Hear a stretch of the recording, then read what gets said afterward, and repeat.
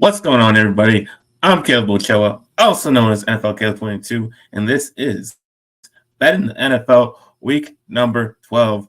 And as always, with my co-host Derek Wesley, also known as DWeezy. What's going on, man? Man, I wish I could say it's another week, but it's not because, we not only got Thanksgiving football going on, we got Black Friday football going on for the first time ever.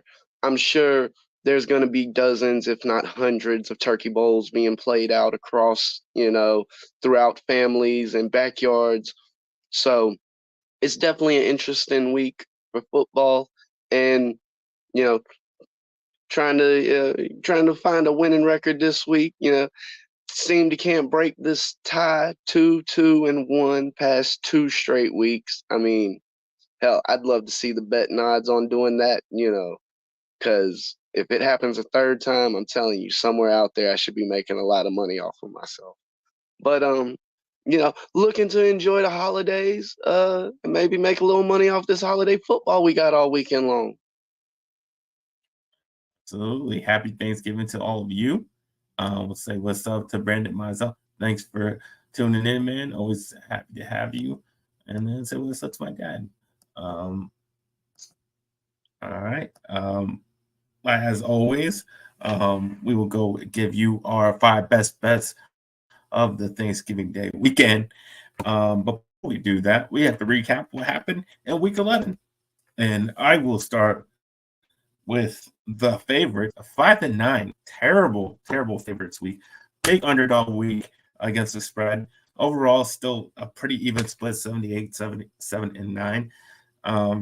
So we're kind of fluctuating from favorites to underdogs kind of all season long there. But again, but home teams, not a good day for the home teams. 5-9 against the spread. Away teams seem to be were the winners in last weekend. Overall, again, pretty even split, 77, 78, and 9. Um, Same with the favorites, just kind of going up and down. But then again, we have a big weekend for unders once again. Only 4 overs, 10 unders. Overall, it is 64 overs, 99 unders, and unders are hitting at a 60% rate. So yeah, still unders hitting, still not a lot of points being scored. But what are your thoughts about any of that?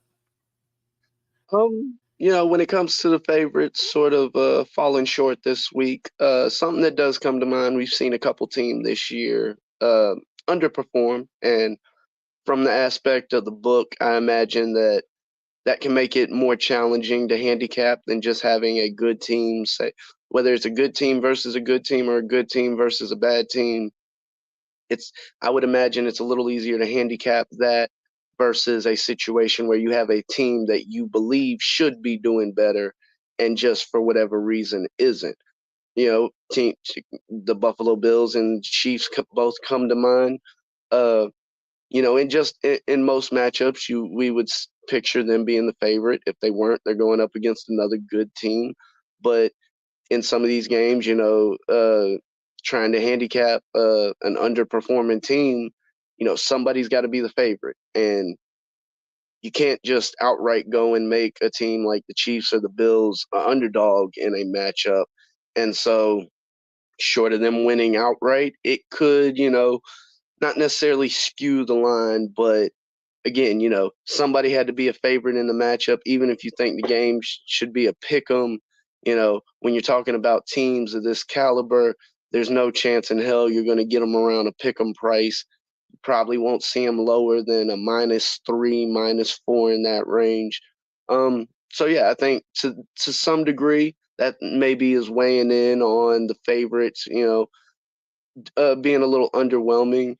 And I mean, as far as the unders on the game totals go, I think I see nothing that says that this isn't going to continue, if not come in at a higher clip. Because looking at past years, it's not uncommon to see offensive drop off, getting later into the season, injuries weighing more on teams, weather becoming a bit more of a factor because even if you're not dealing with snow-like conditions, to have a rain game in 50, 60-degree weather, that is not comfortable. Uh, I wouldn't be shocked if you could find football players in the NFL right now that would rather play in the snow versus playing in like 45, 50 degrees and it being rainy. So, um, I mean, we've talked about it all year with these unders, and I think that's something that's probably going to continue, especially in the primetime games, because that just keeps chugging along. I mean, at this point, I would see no reason not to go out and try and parlay, game total unders. Just grabbing it at minimum Sunday night and Monday night, depending on the matchup. If you want to mix in Thursday night, but I mean they're coming in at such a rate. It's almost worth it to parlay them as well as playing them by themselves because week after week we are just seeing under and under in these primetime games and in a lot of these matchups, they're matchups you would expect to put up points, and we're not seeing that. Yep. Yeah, a lot of quarterbacks right now. A lot of underwhelming performances by even the elite quarterbacks, and that's why we're seeing so many unders hitting at a rate that I don't think we've ever seen before. It's just yeah, just big time abnormality that's what we've been seeing this season. But yeah, like you said, I think it's going to continue to be this way. And nobody likes to bet unders. People want to bet the over and see a bunch of points scored, but it doesn't look like it's going that Well, way. So continue betting those unders. Well, now one thing I can say, and this has been something that's been more prevalent in my basketball betting, especially when it comes to game totals. I am a proud under better because you got to have a strong will and constitution to ride with an under. I Trust me, I understand the appeal of just wanting to take the under. I understand it may not always be a fun ride, but you want to talk about a sweat. There is no other sweat like sweating an underbet. Yeah, I definitely feel you on that one. But now we will get into the biggest upset of the week, and I came in with Ferris's New York Giants plus 7.5 at the Washington Commanders. And though I didn't have this as one of my picks on Wednesday, I did outright pick them on Friday on Good Friends Better Rivals. Go check and watch that. I did pick the Giants to upset the Commanders, and I was right because the Giants 8-2-1 in their last 11 matchups versus the Commanders.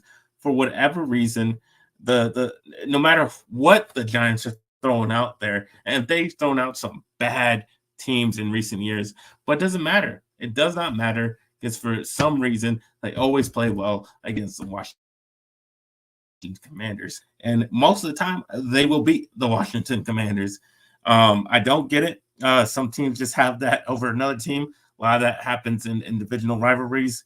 One team can't seem to beat the other one, and that's what we saw here. And yeah, just the way the Commanders played on Sunday. I mean, they just got to be goddamn embarrassed to lose to that Giants team with Tommy DeVito out there throwing for 246 yards, 3 touchdowns. That's bad. I mean, you let that dude who lives with mama do that to you. That's pretty goddamn embarrassing. Sam Howell throws 3 picks. They fumbled. The Commanders fumbled 3 times, lost them all, and turned it over for a total of 6 times in that game. That was a god awful performance by the Commanders, and that is why it is the biggest upset of the week. But what do you think about Giants Commanders? Yeah, it definitely seemed like that home cooking seemed to kick in because this was not the Tommy DeVito we saw in prior showings. Now, congratulations to him because nobody wants to be the running joke of the NFL, and unfortunately, this man is and might be for possibly the rest of the season, given the quarterback situation for the New York Giants currently. I'm not sure if we'll see Tyrod Taylor come back this season. I don't know if they've ruled him out for the season, but I know originally, or well, Mhm. I do know he ended up on the injury reserve list, so that at minimum was a 4-week stretch.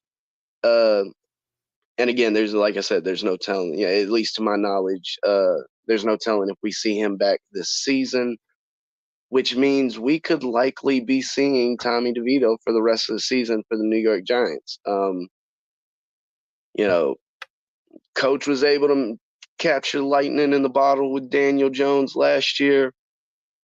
Can he do the same here? I'm not sure. I'm not sure the Giants necessarily want to, depending on draft status and their situation there.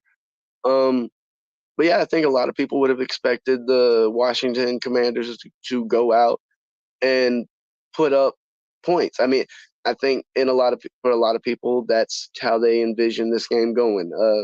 The Commanders would be putting up points, and it'd be a question of would their bad defensive play allow the Giants to stay in it. Clearly, the defense had no problem giving up points to DeVito and the offense of the Giants. So, it was rather shocking to see that their offense wasn't able to, hold on to the ball. I think that was probably the biggest factor into them losing this game, because when you lose the turnover battle in the manner which they did, you're not winning games. I mean, it's just that simple. So yes, definitely, upset of the week. Old mama's boy Tommy DeVito going out there and racking up a W. Yeah. All right. We'll say what's up to Adelia. How's it going? Um, Now we would get to the bad beat of the week, and that was the Vikings plus 2.5 at the Denver Broncos. And I'm happy to say I was on the right side of this one. But it was extremely close. It was a close one. I mean, it's a small line. Kind of sweated there, but I ended up getting it right on this one. But for those who had the Broncos laying the points, it was that 2-point conversion attempt by the Broncos that would have gave them the cover. Yeah, that play was just complete dud. Just had to kill you watching that happen. If they had gotten it, would have gave them a 3-point lead. They cover, but they were unsuccessful. Obviously, Denver's defense, they definitely been playing better lately. They were able to contain a very hot Josh Dobbs, and they were able to force into some mistakes. They fumbled 3 times. They lost one of them. He threw an interception, so definitely wasn't his best that he's been. That's credit to the Broncos defense, and Broncos get the win, but they did not cover, but still helped me get a win. So I'm happy about that. Both for those Broncos betters, I do feel for you. Yes, if you were holding a Broncos ticket on the spread in this game, you had to be sick. Now, unfortunately, I wouldn't know what that feels like because, like my man here, I had the Vikings plus 2.5. Also, I was able, I had a little 4-leg teaser put together. So got plus 8.5 for the Vikings in that teaser. Because yes, I expected them to win outright. So why not give me 8.5 points? Um, and then while the game was live, I was able to live bet Denver on the money line to win outright at around plus 150. So my teaser hit, plus 2.5 hit, Denver money line hit. I guess this was a bad beat for some, but I was sitting on the other side in all the right ways for this game, unfortunately. So, I mean, hell, that's my play of the week right there. Absolutely happy about that. But now we get into our records of the week. I did pretty even. Not too bad, not too good either. 2-2-1. Got my first push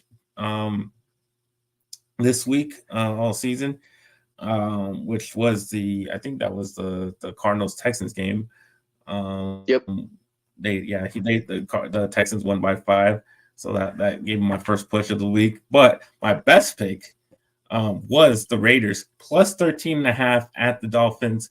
A lot of people had this game just a complete blowout. The Dolphins were going to dominate, put up, however many points you think with their high flying offense. But I was like, nah, I don't think that's going to happen. I think the Raiders been playing too well, especially for Antonio Pierce coming in there. They got a little bit something going there. I really thought they were going to fight in this one, and that's exactly what happened. They fought for they're playing hard for this coach, and they were in the game the entire game. They even had a 10-7 lead at one time. The Raiders defense definitely been playing. I think they've been playing well all season. They just been put in some bad spots by their terrible offense. Well, mostly because of their terrible quarterback play. And if they had a real quarterback, they probably would have won this game. They were in Dolphins territory on that final drive to tie the game. And, O'Connell throws his third pick of the game right to Jalen Ramsey. And that kind of lost it for them. But I knew a 13.5 point game. The Vegas was completely undervaluing how much fight this Raiders team has under Antonio Pierce. Definitely benefited from them over undervaluing them. But what do you think about Raiders Dolphins? Yet another example of just how dangerous it can be playing some of these massive spreads if you want to take the favorite. Even a game like this where, yes, it was closer than a lot of people expected it to be. But you don't even need a situation like that to cover some of these massive spreads. You really got to take a look at the matchup and see. You got to find exactly how not only the favorite is going to win the game, but also how is that underdog going to be perform? Because in this situation, I definitely believe as you mentioned, you got a team fighting hard for their interim head coach in the Raiders, and while that may not make up for all that they're lacking, having that energy and fight definitely means your team's going to be giving their all on basically every single play, and that can easily keep games close. In the Dallas Cowboys, in the Cowboys-Panthers matchup, I was taking the Cowboys. I was confident in this pick. It was a double-digit spread, a little bit on the lower end. I think being closer to that 10 mark than 14 definitely can be a bit of a big factor when you start thinking about some of the potential scores that could be the outcome. But in the case of the Panthers versus the Cowboys, we're talking about a Panthers offense that has struggled to put up points all season long and essentially went out and did the exactly what I expected. While you had the Cowboys go out, put up a bunch of points offensively, exactly as I expected. You not in a situation like that. Yes, it is, not to say easier, but a little more palatable going after the favorite in that double-digit spread. But at the same time, for a large portion of that game, and if I'm not mistaken, even into the fourth quarter, that spread might have been one score away or at least one touchdown away from not covering. And so, there's still that opportunity that garbage time exists to kill some of these giant spreads. And so when you have a number like, you did last week with the Raiders in that double digit range up near, nearly 2 touchdowns, just any remnants of a close game, you gotta feel like you're sitting pretty because you don't see too many teams get blown out by 14 points in, the last quarter of a game. Yeah. And going back to that Cowboys Panthers game, like that's why I couldn't take that spread because I just I was worried about them not showing up on the road. And like you said, it was 17-10. It was a one score game. They weren't covering at that point, and that's exactly what I was fearing about that happening. That's why I couldn't take that game. Eventually, it played out the way you thought it was going to be, but it it could definitely turn out the other way too. So definitely feared that, and that's what made me stay away from that game. Um, but my worst pick, Titans +7 at the Jacksonville Jaguars. You know, I thought the Jags would be on a bit of a downslide after coming up that loss to the Niners. So I thought they would drop one here in a tough divisional matchup. Um, but that the completely opposite happened. They played extremely well, especially Trevor Lawrence have definitely had a bounce back game for him.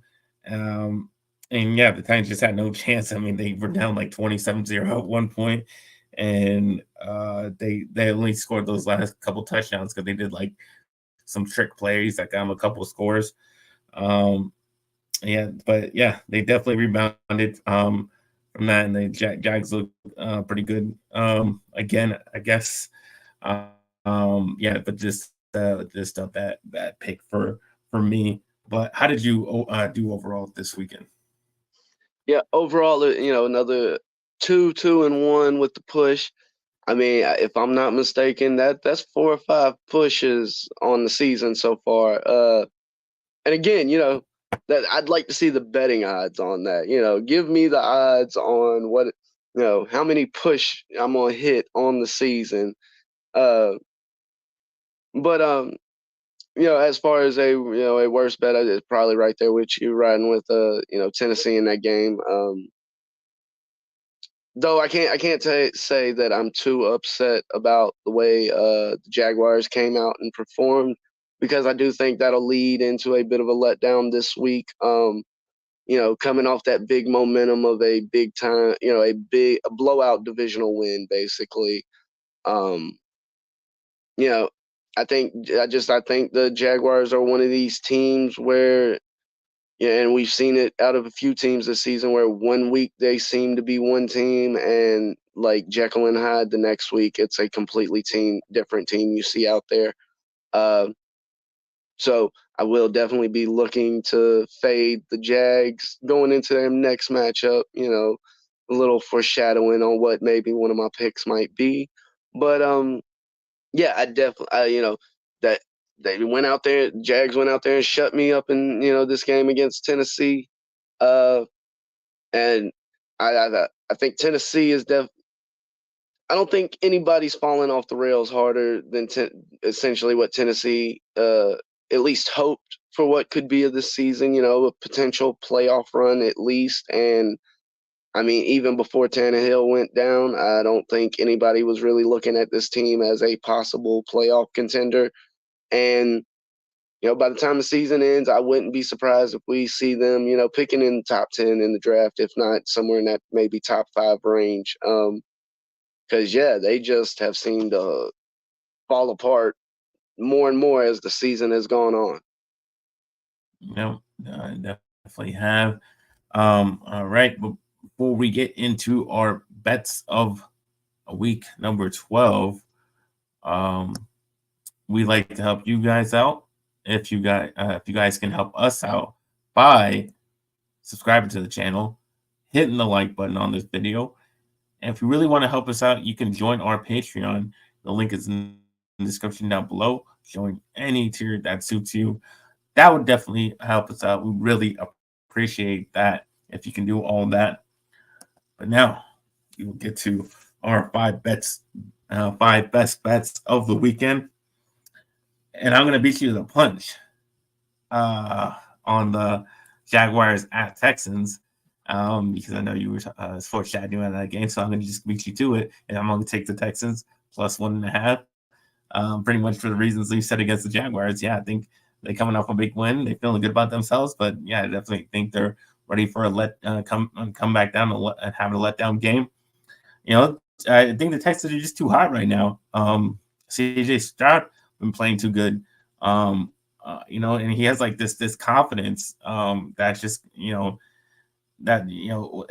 the confidence and like when he talks, and the confidence in how he plays on the field, and I think that it's going to help him not play like a rookie.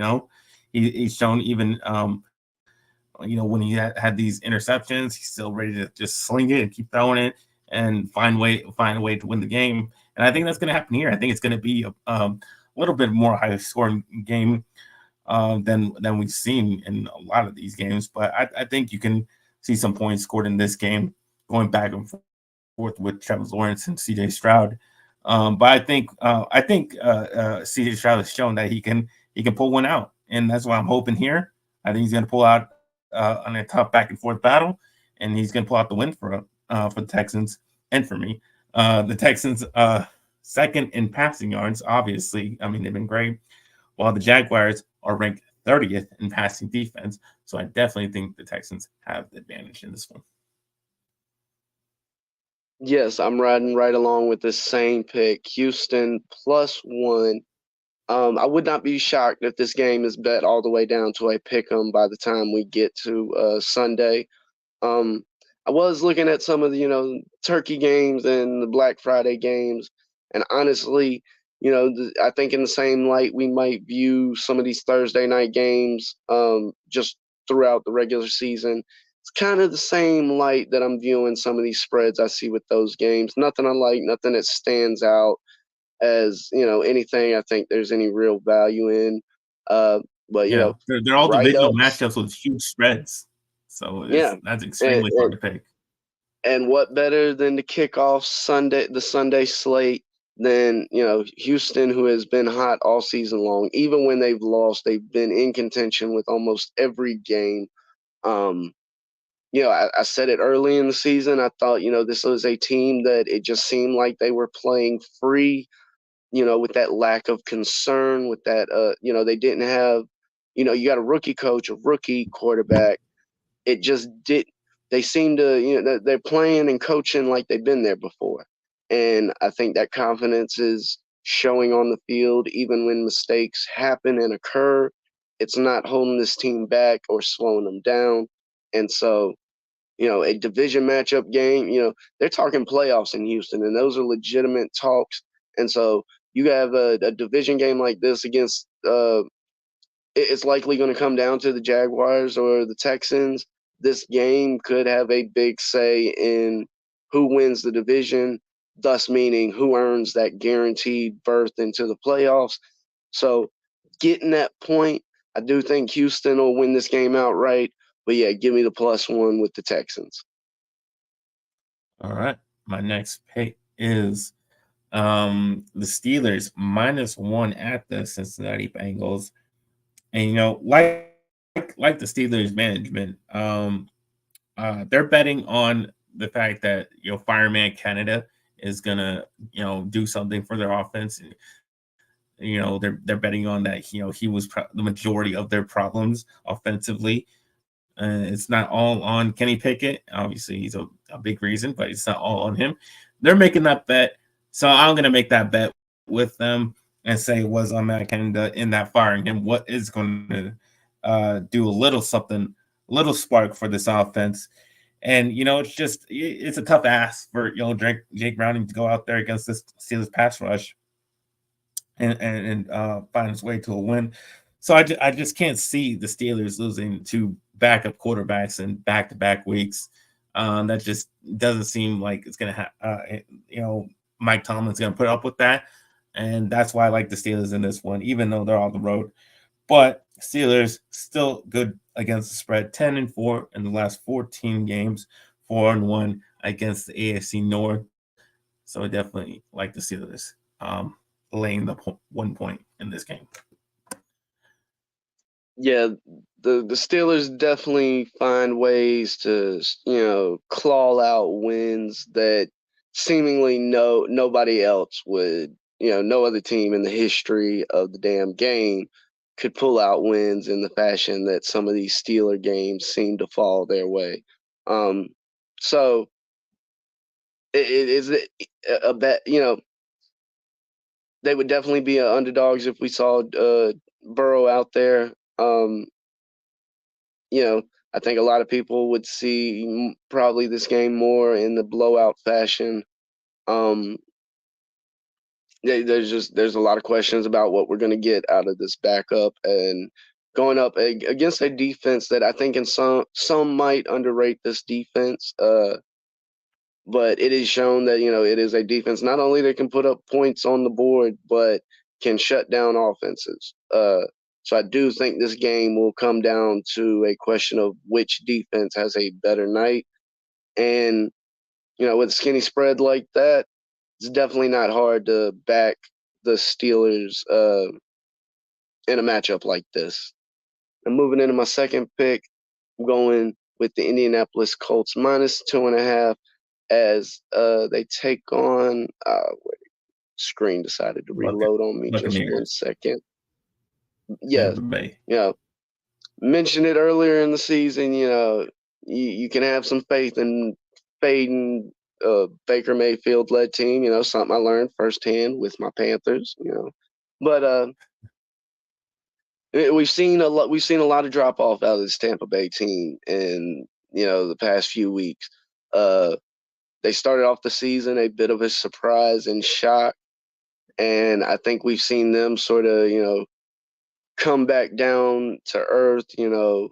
Find their settling point, which hasn't been that good.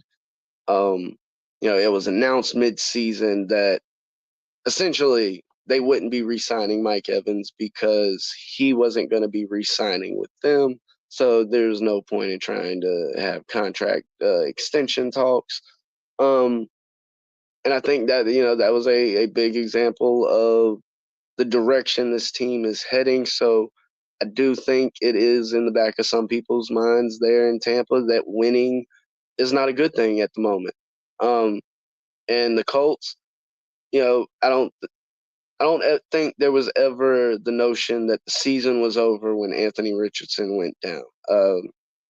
Will Gardner Minshew be your guy for the foreseeable future? Most likely not, but he is capable of going out there and leading teams, to victories, playing well enough to keep, playoff hopes, things of that nature alive. And looking at this matchup with a small spread like we see, um, Tampa Bay's defense has been banged up a lot this year in different areas, and I think that we see Jonathan Taylor go out there who, while he's had a bit of an underwhelming season, I think some of that has a lot to do with not being able to start the season healthy. There's no telling how injury might have affected any preseason workouts, OTAs, things of that nature, getting you ramped up for the season.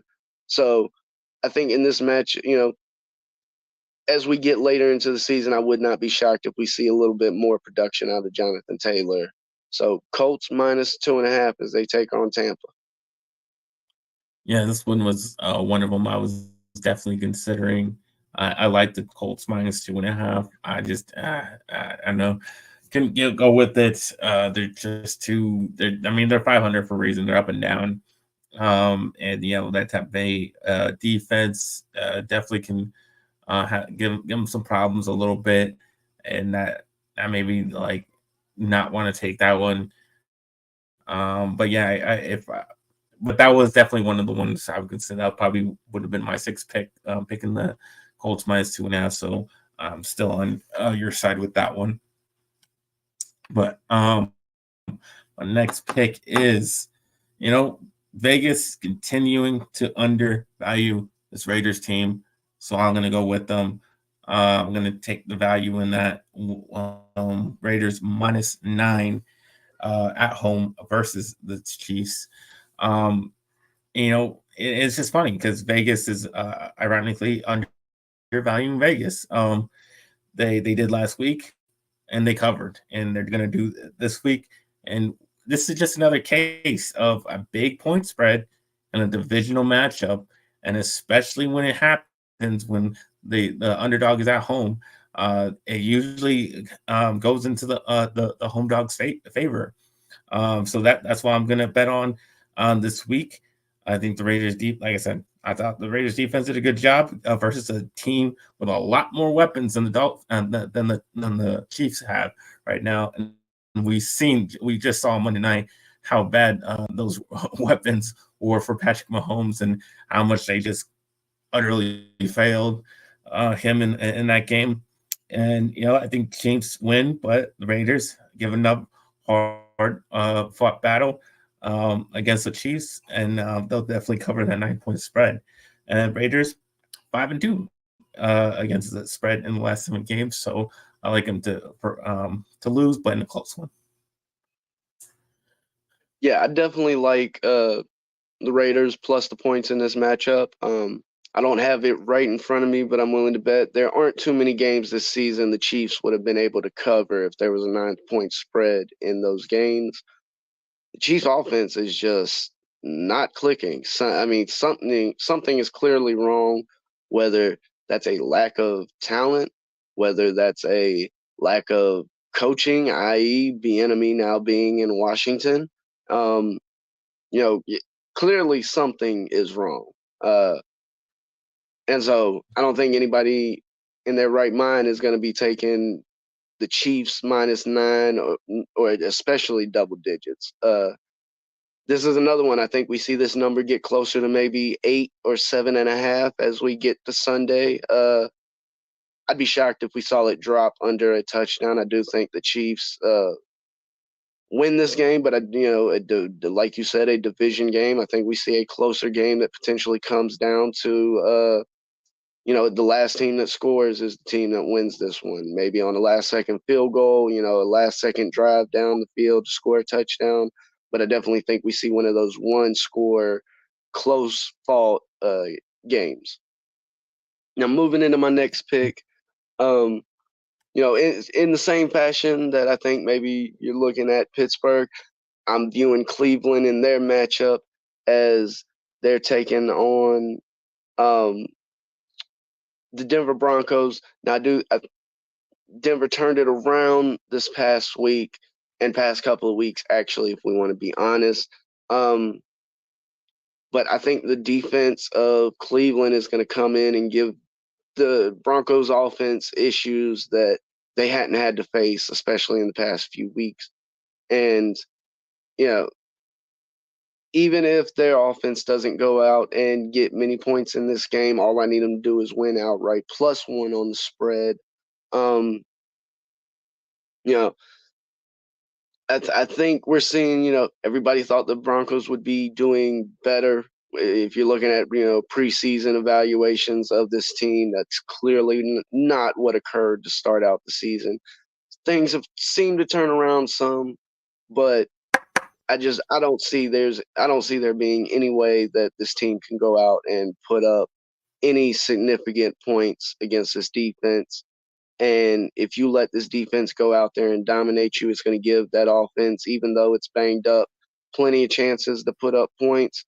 And whether it's, DTR out there, whether it's PJ Walker, you know, I don't see Denver being able to reach the end zone enough. Hell, maybe they put up 5-6 field goals and win that way.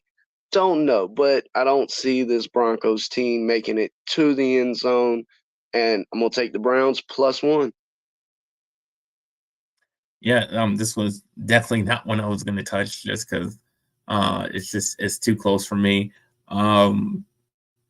If I had to, I would go with the Broncos just because I think their defense has been playing better, and the Browns with DTR I just don't see anything that's going to happen for them. But same on the other side, like you said, the Browns defense is definitely going to give the Broncos offense something they really haven't seen before, especially with Myles Garrett playing as well as he has. Definitely going to give them problems.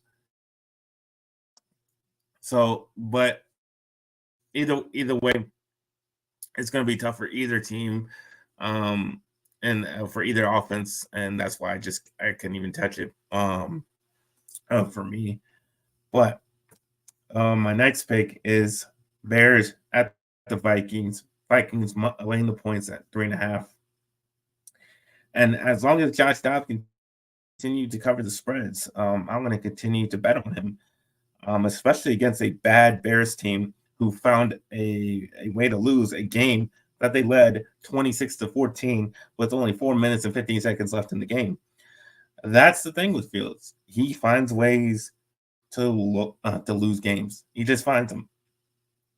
He'll put up a bunch of nice rushing stats and all that and put up some numbers that look all nice and such. But in the end, he's going to lose the game because that's what he's done his whole entire career is lose games, and that's what he's going to do here. He's going to lose another game.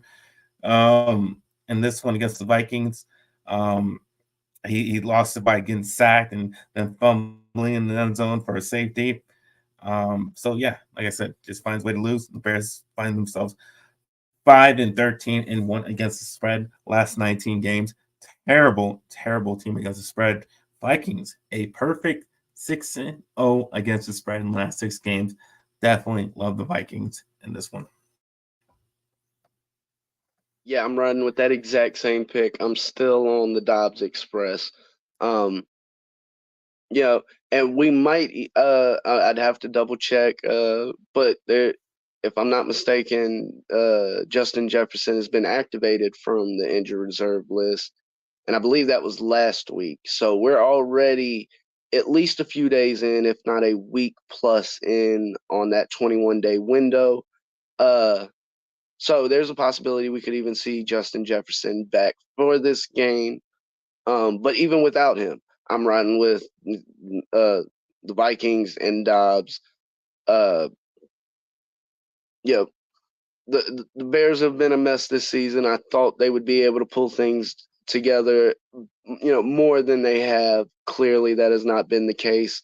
And it, this Vikings team, they made some really interesting and questionable moves back at the trade deadline with everything that happened and Cousins getting hurt. One of them bringing in Dobbs, and Dobbs hasn't slowed down. He was fighting in every game that he was in down in Arizona, and we've seen that exact same mentality here in Minnesota. And I think if you're holding a ticket for Minnesota to make the playoffs, you got to be feeling pretty good about your position currently, just given everything that's taken place with the team. Um, but yes, I'll be riding with the Vikings minus 3.5 in this game. I think they cover by a touchdown easy. All right. Well, my last bet of the week, I have the Rams -1 at the Arizona Cardinals. The last time these two teams played, the Rams beat them up 26-9. I think Stafford is coming off a good comeback victory over the Seattle Seahawks, while the Cardinals are coming off a rough loss to the Texans. Tyler wasn't great in that game. Um, in the game against the Texans. Stafford is 2-1 head to head against Murray. The Rams they're getting Kyron Williams back from IR. I think that's going to be big for them. They can get a run game going, and that's where this Cardinals defense is vulnerable the most, as they are 28th in the league in rush defense. So I'd like the Rams to get a little bit of run game going, and I think that gives an advantage in this game. With some of the receivers a little hurt, they can rely on Kyron to run the ball for them, and I think they'll get they'll get the win in this one and cover that. Just 1 point. Yeah, we've seen in the past Sean McVay and the Rams have, well, even with the 49ers to a certain degree, he's been able to win these division matchups, whether it be out scheme, out play. Uh, McVay has found himself on the right side in a lot of these head-to-head matchups with the teams within the NFC West. And so, in a close game like this, I have no doubts that Murray under center, well, I'm pretty sure he operates mostly out of shotgun, but he's still shaking off the rust. You know, and honestly, there's nothing about this Cardinals team that would make me back them, whether it be from spread, money line. Um, there's just not too much, if anything, about them that I like. So I could easily see fading them in this game, especially in a situation where you have a coach like McVay who's been able to figure out how to beat up on his division and work his division the way he has. Now, going into my fifth and final pick, I'm going to the Philadelphia Eagles -3 as they take on the Buffalo Bills. The Bills are, I mentioned it early on in the episode. One of these teams that clearly, we all expected the Bills to be, doing leaps and bounds better than what we've seen in the past few weeks. We just saw, our offensive coordinator get fired for, potentially some things that maybe he was the cause of, but I think there's more dysfunction taking place, at least offensively, going on in Buffalo.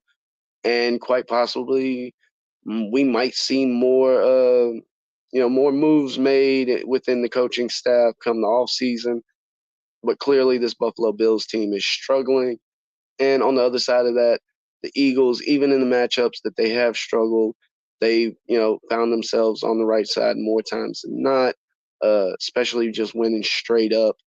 Um, and in this game, I'll be surprised if the Bills can keep up with the Eagles. The Eagles' defensive line, I think, is going to give the Bills trouble. Just with not, I mean, you want to talk about potentially one of the most evil rotations out there. You go look at the Philadelphia Eagles defensive line and just just the number of different combinations they can put together with some of the personnel they have. Um, so yeah, being able to get the Eagles at what I feel is like a bit of a smaller spread, -3. I mean, we might not give much credit to home field advantage. It might still exist within the books, but we see, Philly's the home team in this matchup, getting the 3 points or giving up 3 points. Um, so definitely don't feel afraid there. I think, this is another game we see Philly probably win by 5 or 6 points, if not more. Yeah, that's definitely a possibility. It just all depends on how Josh Allen plays. I've been saying they're very dependent on whether he's in a good game, whether he's in a bad game. I think they can win the game if he has a good game because we've seen that Eagles secondary be extremely vulnerable. So if Josh Allen's on, I definitely think they can get the win outright. But if he's not, then Eagles got this one. Pretty easily there. Um, but still, that Eagles offense was a little shaky against the Chiefs, especially in the first half. They just kind of find out ways to win. They definitely can. That definitely could be the case in this one.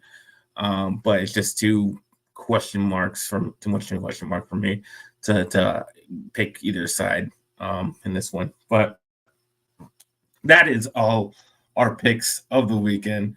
We'll recap it once for y'all.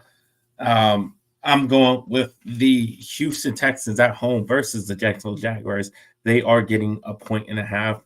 Steelers on the road against the Cincinnati Bengals -1. The Raiders +9 at home versus the Chiefs. The Vikings -3.5 at home versus the Bears, and the Rams -1 on the road in Arizona versus the Cardinals. And yeah, what you got, DWeezy? Yeah, I'm riding right there with you. Houston +1, and the Vikings -3.5. And then I'm also on the Colts -2.5 in their divisional matchup. The Eagles -3, and then the Cleveland Browns +1 as they take on the Tampa Bay Buccaneers. All right. That is all of our bets for the weekend. I hope you guys if you guys are gonna bet on the Thanksgiving game weekends, get your bets in early. Um, tonight or the next morning, to right before that Lions game. I hope you all have a great Thanksgiving weekend, a great weekend of football. Well, like we said, Thanksgiving first game on Black Friday, and then on Sunday. So full weekend football. Plenty of opportunities to make money because that's what we do on this show. We help you guys win money. But for now, you can tell the people where they can find you, DWeezy. Yeah, y'all can reach me at Backyard Action Media here on YouTube and at Twitter X at The Yard Bets. You can find me at NFLKF22 on Instagram and Twitter /X. And you can find me on this channel on Fridays at 3 o'clock with Ferris Mudana, doing Good Friends, Better Rivals, talking Cowboys, talking Giants. I will be recapping what happens on that Thanksgiving Day game versus the Commanders as Ferris recaps the Giants games against the Commanders the past weekend and looks ahead against the next matchups for our respective teams. So go tune in for that. We very much appreciate it. But for now, like I always say, let's get ready to make that money.